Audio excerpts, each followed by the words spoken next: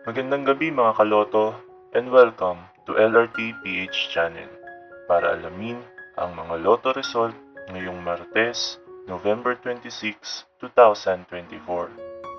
Para sa mga PCSO games na 2D Lotto, 3D Lotto, 6D Lotto, Lotto 642, Super Lotto 649 at Ultra Lotto 658.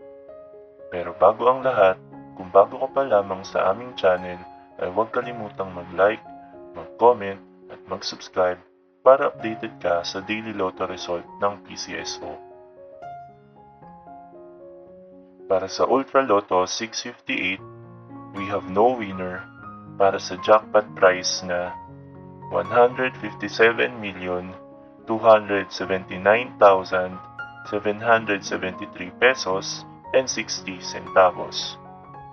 Ang ating Ultra Lotto winning combinations ay 5, 51, 29, 7, 52, and 44 in any order. Para naman sa Super Lotto 649, we have no winner para sa jackpot prize na 17,075,311 pesos and 80 centavos. Ang ating Super Lotto winning combinations ay 30, 31, 29, 43, 33, and 9 in any order. Para naman sa Lotto 642, we have one winner para sa jackpot prize na 16,687,823 pesos and 80 centavos. Ang ating Lotto 642 winning combinations ay 19, 6, 28, 31, 32, and 20 in any order. Para naman sa 6-digit Lotto, ang ating winning combinations ay 6, 4, 1, 0, 3, and 7 in exact order.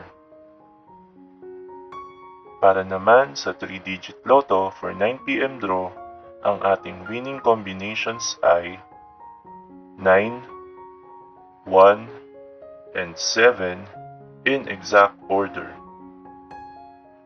At para naman sa 2-digit Lotto for 9 p.m. draw, ang ating winning combinations ay 16 and 7 in exact order.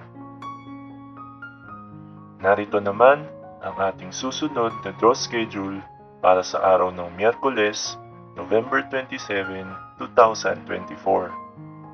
2D Lotto at 3D Lotto para sa 2 p.m. and 5 p.m. draw at 2D Lotto, 3D Lotto, 4D Lotto, Mega Lotto 645, and Grand Lotto 655 para naman sa 9 p.m. draw na mayroong estimated jackpot prize na 26 million pesos para sa Mega Lotto 645 and 29.7 million pesos para sa Grand Lotto 655. Congratulations to all the winners at marami pong salamat sa inyong panonood at patuloy na pagsuporta.